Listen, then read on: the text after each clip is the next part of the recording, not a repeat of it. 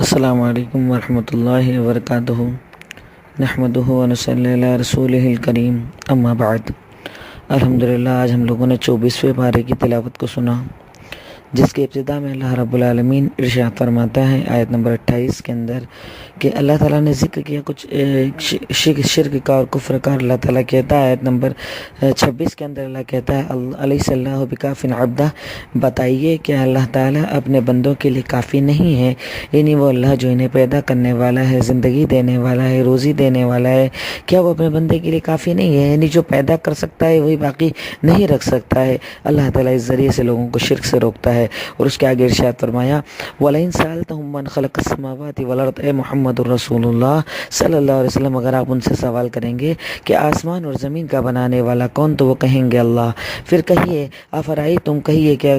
جن لوگوں کو تم اللہ کو چھوڑ کر پکارتے ہو، بتائیے اگر اللہ میرے ساتھ کسی برائی کا ارادہ کرے، یعنی کوئی تکلیف اللہ اگر مجھے دینے پر آ جائے، تو کیا یہ سارے مل کر وہ تکلیف ہٹا سکتے ہیں؟ اور اگر اللہ تعالیٰ میرے ساتھ کسی بھلائی کا ارادہ کرے، رحمت کا ارادہ کرے، تو کیا یہ اللہ تعالیٰ کی رحمت کو آنے سے روک سکتے ہیں؟ کہہ دیجئے حسبی اللہ، میرے لیے اللہ کافی ہے، علیہ یتوکل المتوکلون، اسی پر بھروسہ کرنے والوں کو بھروسہ کرنا چاہیے۔ اللہ رب العالمین اس آیت نمبر 28 سورہ زمر کے اندر ہمیں ارشاد فرما رہا ہے کہ ایک مومن کو ہر حال میں، ہر وقت، ہر تکلیف، ہر اچھائی، ہر پریشانی، ہر برائی، سب جگہ اللہ تعالیٰ پر ہی توکل کرنا چاہیے، اسی پر بھروسہ کرنا چاہیے جیسا بھروسہ ہمارے نبی محمد الرسول اللہ صلی اللہ علیہ وسلم کیا کرتے تھے، جیسا بھروسہ صحابہ اکرام کیا کرتے تھے کہ ہر وقت مانگے اسی سے، جھکے اسی کے آگے، وہی دینے والا، وہی عطا کرنے والا ہے۔ اس کے بعد اللہ رب العالمین ان آیتوں کے اندر کچھ چیزوں کا ذکر کرتا ہے، جیسے اللہ تعالیٰ کہتا ہے کہ نیند میں انسان مر جاتا ہے، یعنی وہ ایک چھوٹی موت ہوتی ہے، لیکن اللہ تعالیٰ پھر اسے زندگی دیتا ہے۔ پھر اللہ تعالیٰ آیت نمبر 53 کے اندر اسی سورہ زمر کے اندر ایک چیز ارشاد فرماتا ہے جس کا تعلق رمضان کے اس آخری عشرے سے ہی ہے۔ اللہ تعالیٰ ارشاد فرماتا ہے قُلْ يَا عِبَادِيَ الَّذِينَ أَسْرَفُوا عَلَىٰ أَنفُسِهِمْ لَا تَقْنَطُوا مِن رَحْمَتِ اللَّهِ، کہہ دیجئے اے نبی پاک صلی اللہ علیہ وسلم میرے بندوں کو، ان بندوں کو جنہوں نے اپنے نفسوں پر ظلم کر لیا ہے، اسراف کر لیا ہے، گناہ بہت زیادہ کر لیے ہیں، خطائیں غلطیاں بہت زیادہ کر لی ہیں، ان سے کیا کہیے لا تقنطوا من رحمت اللہ، تم لوگ اللہ کی رحمت سے مایوس مت ہو، اللہ کی رحمت کو چھوٹا نہ سمجھو، اللہ کی رحمت سے مایوس مت ہو۔ کیوں؟ ان اللہ یغفر الذنوب جميعا، کیونکہ اللہ رب العالمین سارے گناہوں کو معاف کرنے والا ہے۔ انہ هو الغفور الرحیم، یقیناً وہ بہت زیادہ معاف کرنے والا اور رحم کرنے والا ہے۔ اس آیت کے اندر ایک مومن کے لیے صبر والی بات ہے کہ جیسے رمضان کا مہینہ ہے، ہم خود روئیں، گڑ گڑائیں، عاجزی کریں، التجائیں کریں، اللہ سے مانگیں، معافی مانگیں۔ کیوں؟ کیونکہ اللہ تعالیٰ بہت زیادہ معاف کرنے والا ہے، اللہ تعالیٰ رحم کرنے والا ہے۔ اور ہر حال کے اندر کسی بھی وقت میں چاہے گناہ زیادہ ہی کیوں نہ ہو جائیں، کبھی بھی ایک مومن کو اللہ کی رحمت سے مایوس نہیں ہونا چاہیے، کیونکہ معاف کرنے والا وہی ہے۔ اس کے آگے اللہ تعالیٰ کہتا ہے وَأَنِيبُوا إِلَىٰ رَبِّكُمْ، اور چاہیے کہ یہ لوگ اپنے، یعنی ان کو کہا جا رہا ہے لوگوں کو کہ اپنے رب کی طرف لوٹو، واسلموا من قبل، اور اللہ کی طرف جھک جاؤ اس عذاب کے آنے کے پہلے کہ جب عذاب آ جائے گا تو تمہاری مدد نہیں کی جائے گی۔ تو ایک بندہ مومن کو ہر حال کے اندر توبہ اور استغفار کا سہارا لینا چاہیے، اللہ تعالیٰ کے آگے جھک کر اس سے معافی مانگنا چاہیے۔ اللہ رب العالمین ان آیتوں کے آگے کچھ قیامت کا ذکر کرتا ہے، کچھ عذاب کا ذکر کرتے ہوئے اللہ تعالیٰ قیامت کے بارے میں ارشاد فرماتا ہے۔ آیت نمبر 71 کے اندر اللہ تعالیٰ نے ارشاد فرمایا وَسِیقَ الَّذِينَ كَفَرُوا إِلَىٰ جَهَنَّمَ زُمَرًا، کہ تم دیکھو گے، یعنی قیامت کے دن کیا ہوگا،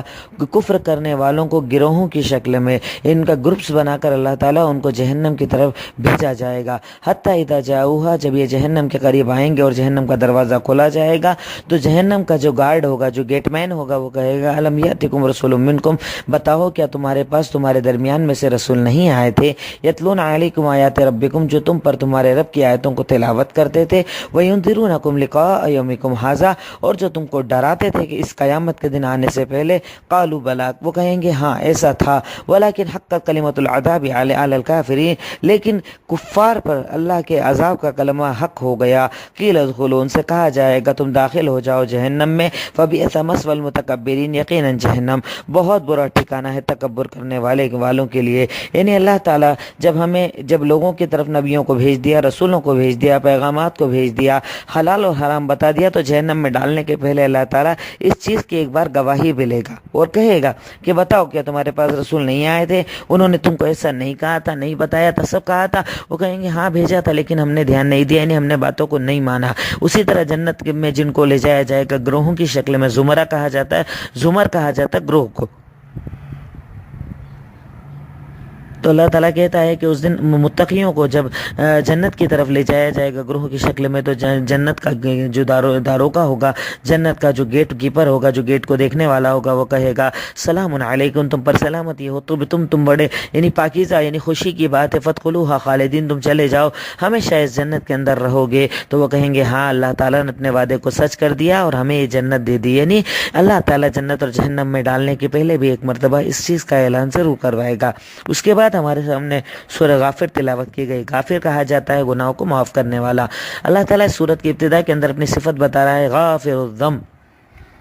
اس کتاب کو نازل کیا ہے عزیز علیم نے، عزیز علیم کون ہے؟ غافر الذنب، جو بہت زیادہ گناہوں کو معاف کرنے والا ہے، قابل التوب، توبہ کو قبول کرنے والا ہے، شدید العقاب، بہت سخت پکڑ کرنے والا، عذاب دینے والا ہے، ذی طول، بڑی نعمتیں بھی کرنے والا ہے، لا الہ الا اللہ، الہ الا ہو، اس کے سوا کوئی عبادت کے لائق نہیں، الیہ المصیر، اسی کی طرف تمہیں لوٹ کر جانا ہے۔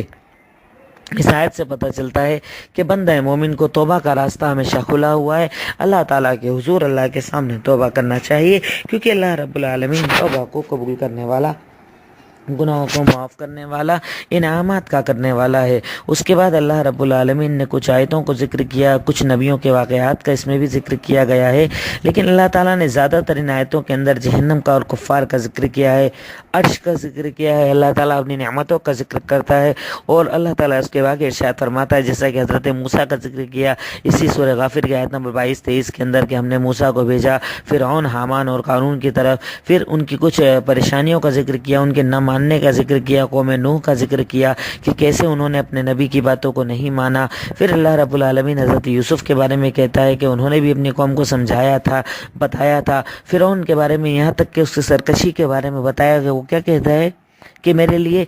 اپنے وہ حامان سے کہتا ہے جو اس کا وزیر تھا کہ میرے لیے ایک ایسا کوئی دروازہ بنا دے کہ میں جاؤں اور دیکھوں موسیٰ کا رب کون ہے، یعنی آسمان کی طرف ایک دروازہ بنا دے۔ یعنی دیکھیں اس کی سرکشی کا کیا عالم تھا کہ وہ اتنی بڑی بڑی باتیں کہا کرتا تھا، لیکن پھر ایمان والے کی باتیں کیا ہوتی ہیں وہ بھی اللہ تعالیٰ نے ذکر کی کہ وہ ایمان والا کیا کہتا ہے کہ اللہ کی طرف جھکو، اللہ سے مانگو، اللہ تعالیٰ مجھے اس بات سے منع کرتا ہے کہ اس کے ساتھ شرک کیا جائے، یعنی کچھ توحید کی باتوں کو اللہ رب العالمین نے اس صورت کے اندر ذکر کیا۔ اس کے بعد اللہ رب العالمین اسی سورہ غافر کے اندر ارشاد فرماتا ہے آیت نمبر 60 کے اندر، وقال ربکم، جب تمہارے رب نے کہا ادعونی استجب لکم، تم مجھے پکارو، دعا کرو، میں تمہاری دعاؤں کو سنوں گا، ان الذین استکبرون عن عبادتی، یقیناً وہ لوگ جو میری اس عبادت سے تکبر کرتے ہیں، سیدخلون جہنم داخرین، ان کو جہنم کے اندر ڈالا جائے گا۔ یہ آیت اس بات کی دلیل ہے کہ دعا ایک عبادت ہے۔ اللہ تعالیٰ کیا کہہ رہا ہے کہ مجھ سے دعا مانگو میں سنوں گا، اور اس کے آگے کہہ رہا ہے کہ یقیناً وہ لوگ جو میری اس عبادت سے تکبر کرتے ہیں، یعنی دعا ایک عبادت ہے، دعا مانگنا ایک عبادت ہے، اور اللہ تعالیٰ دعا مانگنے والوں کو پسند کرتا ہے۔ لیکن جو آدمی دعا نہیں مانگتا، دعاؤں کے لیے ہاتھ نہیں اٹھاتا، دعاؤں کے لیے سر نہیں جھکاتا، اللہ تعالیٰ کے آگے دعا نہیں کرتا، تو اللہ کہتا ہے ایسے لوگ جہنم میں جانے والے ہیں، کیونکہ اللہ تعالیٰ مانگنے، دیکھیے آج دنیا کے اندر بھائی کوئی مانگنے آ جائے تو ہم پریشان ہو جاتے ہیں، ہم پسند نہیں کرتے مانگنے والوں کو، لیکن رب وہ ہے جو مانگنے والوں کو پسند کرتا ہے، لیکن کن کو؟ جو صرف اس کے آگے جھکتے ہیں، جو صرف اس سے مانگتے ہیں۔ پھر اس کے بعد اللہ رب العالمین آیت نمبر 67 کے اندر دوبارہ ہماری پیدائش کا ذکر کرتا ہے کہ کیسے میں نے تمہیں پیدا کیا، مٹی سے، پھر نطفے سے، پھر تمہیں گوشت کا لوتھڑا بنایا، پھر تمہیں بچہ بنایا، پھر بڑا بنایا، پھر بزرگ، پھر بیمار بنایا۔ اللہ تعالیٰ ہماری پیدائش کے جو اطوار ہیں، جو ہماری ترتیب گئی ہے کہ یعنی پے در پہ ایک ایک سٹیپس جو ہم نے لی اپنی زندگی کے اندر، اللہ تعالیٰ اس کا ذکر کرتا ہے۔ اس کے بعد سورہ فصلت کا ذکر آیا۔ سورہ فصلت کے اندر فصلت کہا جاتا ہے جس سے تفصیل بیان کر دی گئی ہو۔ اللہ تعالیٰ کہتا ہے کہ میں نے تمہارے اوپر جو کتاب اتاری اس کی آیتوں کو بیان کر دیا گیا ہے، تفصیل سے بیان کر دیا گیا ہے۔ اس کی آیت کی ابتدا میں آیت نمبر 6 کے اندر اللہ کے نبی کہتے ہیں قل انما انا بشر مثلکم، کہہ دیجئے میں تمہاری ہی طرح ایک انسان ہوں، فرق صرف اتنا ہے کہ مجھ پر وحی کی جاتی ہے انما الہکم الہ واحد، کہ تمہارا رب ایک ہی ہے، وہ ایک ہی معبود ہے، فاستقیموا الیہ، اسی کی طرف سیدھے ہو جاؤ اس سے مغفرت کی دعائیں مانگو. وویل للمشرکین، یقیناً مشرکوں کے لیے جہنم ہے. اس کے بعد اللہ رب العالمین جہنمیوں کا ذکر کرتے ہوئے ایک بات ارشاد فرماتا ہے آیت نمبر 20 کے اندر کہ جب جہنمیوں کے سامنے جو اللہ کے دشمن ہیں، جو اللہ تعالیٰ کے دشمن ہیں، ان کو جب جہنم کی طرف کھڑا کر دیا جائے گا، جہنم کے سامنے فہم یوزعون، اس وقت جب کھڑا کیا جائے گا تو وہ کہیں گے، وہ پکاریں گے حتی اذا ما جاؤہا، جب وہ جہنم کے پاس آئے جائیں گے، شہد علیہم سمعہم، اس دن اللہ تعالیٰ جب میدان محشر میں ہوگا ہمارے کانوں سے گواہی لے گا، وابصارہم، ہماری آنکھوں سے گواہی لے گا، وجلودہم، ہماری چمڑی ہماری اسکن سے گواہی لے گا، وما بما کانوا یعملون، جو یہ آنکھ، جو زبان، جو چمڑی، جو آنکھیں کرتی ہیں، اللہ تعالیٰ سب سے گواہی لے گا. سوچئے انسان سے اس کا جسم اس کے اپوزٹ بولے گا، ہر چیز اس کے اپوزٹ گواہی دے گی، تو اس دن کیا ہوگا کہ انسان کی جب چمڑی اس کے خلاف گواہی دے گی تو انسان چلا کر کہے گا قالوا لجلودہم، انسان اپنی چمڑی سے کہیں گے لما شہدتم علینا، تم ہمارے اپوزٹ کیوں گواہی دے رہی ہو، کیوں ہمارے خلاف بول رہی ہو؟ تو اللہ تعالیٰ کہے گا قالوا انطقنا اللہ الذی انطق کل شیء، ہمارے اللہ نے ہمیں بولنے کی طاقت دی ہے، جس نے ہر چیز کو بولنے کی طاقت دی. وہو خلقکم اول مرہ، وہی ہے جس نے تم کو پہلی مرتبہ پیدا کیا اور اسی کی طرف تم کو لوٹ کر جانا ہے. یعنی جسم کا یہ حصہ، یہ آنکھیں، یہ کان، یہ ہر چیز، یہاں تک کہ یہ اسکن ہمارے اپوزٹ بولے گی، گواہی دے گی. یعنی وہ جسم جس کے سامنے تو ہمارا کچھ بھی چھپا ہوا نہیں، جی کہ ہم ہر چیز، ہر گناہ جس کے سامنے کرتے ہیں، ساری دنیا سے چھپاتے ہیں، لیکن وہ تو جانتا ہے نا، وہ چمڑی تو جانتی ہے نا، وہ جسم تو جانتا ہے نا. اللہ تعالیٰ کل روز قیامت اس جسم سے بھی گواہی لے گا. اس کے بعد اللہ رب العالمین استقامت کے تعلق سے ذکر کرتے ہوئے آیت نمبر 30 کے اندر ارشاد فرماتا ہے ان الذین قالوا ربنا اللہ، یقیناً وہ لوگ جنہوں نے اپنی زبان سے کہا کہ ہمارا رب اللہ ہے، ثم استقاموا، اس کے بعد اپنے کہے گئے جملے پر جم گئے. یعنی کہا سب سے پہلے تو زبان سے اقرار کیا کہ ہمارا رب اللہ ہے، ہمارا خالق، ہمارا مالک اللہ ہے، یعنی زبان سے اقرار کر لیا. اقرار کرنے کے بعد اپنے کہے گئے جملے کے اوپر جم گئے. اللہ کیا کہتا ہے؟ ثم استقاموا، جو جم گئے، تتنزل علیہم الملائکہ، ہم ایسے لوگوں پر فرشتوں کو نازل کرتے ہیں. فرشتے آ کر کیا کہتے ہیں؟ اللہ تخافوا، تم لوگ ڈر مت رکھو، ولا تحزنوا، تم لوگ حزن و ملال مت کرو، یعنی جو فیوچر آنے والا ہے اس کے بارے میں خوف مت کرو، جو پاسٹ جا چکا ہے اس کے بارے میں ٹینشن مت کرو، جو نعمتیں آ کر چلی گئی. وَأَبْشِرُوا بِالْجَنَّةِ الَّتِي كُنْتُمْ تُوعَدُونَ، اور بشارت ہو تم کو اس جنت کی جس کا تم سے وعدہ کیا گیا ہے. نحن اولیاؤکم فی الحیات الدنیا والآخرہ، ہم تمہارے ولی، تمہارے دوست ہیں اس دنیا کے اندر بھی اور آخرت کے اندر بھی. وَلَكُمْ فِيهَا مَا تَشْتَهِي أَنفُسَكُمْ، تمہارے لیے جنت میں وہ نعمتیں ہوں گی جس کی تم تمنا کرو گے. وَلَكُمْ فِيهَا مَا تَدَّعُونَ، تمہارے لیے جنت میں وہ ہوگا جس کا تم ڈیمانڈ کرو گے، جو تم مانگو گے. نزلا من غفور الرحیم، یقیناً یہ تمہاری خدمت گزاری، تمہاری مہمان نوازی ہوگی غفور اور رحیم کی طرف سے. ان اس آیت کے اندر اللہ رب العالمین ہمیں استقامت کا ثبوت دینے کا حکم دے رہا ہے کہ ایسا مت سوچو کہ اللہ نے جو دیا، بھائی اللہ نے اگر اسلام دیا ہے تو اللہ تعالیٰ امتحان بھی لے گا، اللہ آزمائے گا بھی. صرف ایسا نہیں کہ میں نے زبان سے کلمہ پڑھ دیا تو میرے لیے جنت ہو جائے. زبان سے کلمہ پڑھنے کے بعد اللہ تعالیٰ امتحانات بھی لیتا ہے، آزمائشیں بھی لیتا ہے. صرف یہ کہہ دوں کہ اللہ ایک ہے اور میں جنتی ہو جاؤں، ایسا نہیں ہے. کبھی کبھی اللہ تعالیٰ کلمے کی بنیاد پر آزماتا ہے، جیسا اللہ نے ہم سے پہلے نبیوں کو آزمایا، ہمارے نبی کو آزمایا، نبی کے صحابہ کو آزمایا کہ حضرت بلال حبشی نے صرف اتنا کہا کہ میرا رب اللہ ہے، ان کے مالک نے انگارے جلوائے، اس کے اوپر ان کو لٹایا، ان کے اوپر ایک بڑا پتھر رکھ دیا. اس صرف ایک ہی سوال تھا کہ کہہ دے اللہ کو نہیں مانتا، لیکن حضرت بلال اس عذاب میں بھی کہتے تھے الحد الحد، اللہ ایک ہے، اللہ ایک ہے. اسے کہا جاتا ہے استقامت. کہ صحابہ کرام نے جانوں کو نچھاور کیا لیکن دین کو نہیں چھوڑا،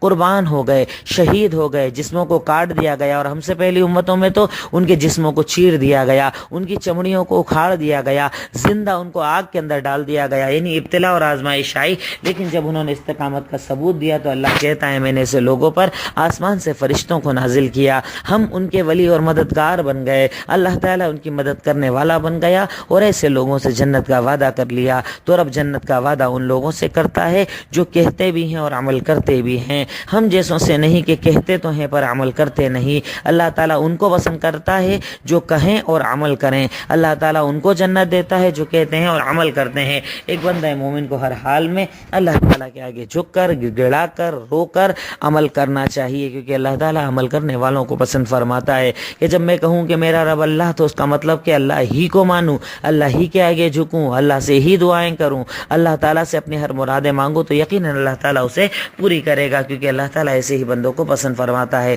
آخر میں اللہ تعالیٰ سے دعا ہے اللہ تو اس قرآن پر ہمیں عمل کرنے کی توفیق عطا فرما۔ السلام علیکم ورحمۃ اللہ وبرکاتہ۔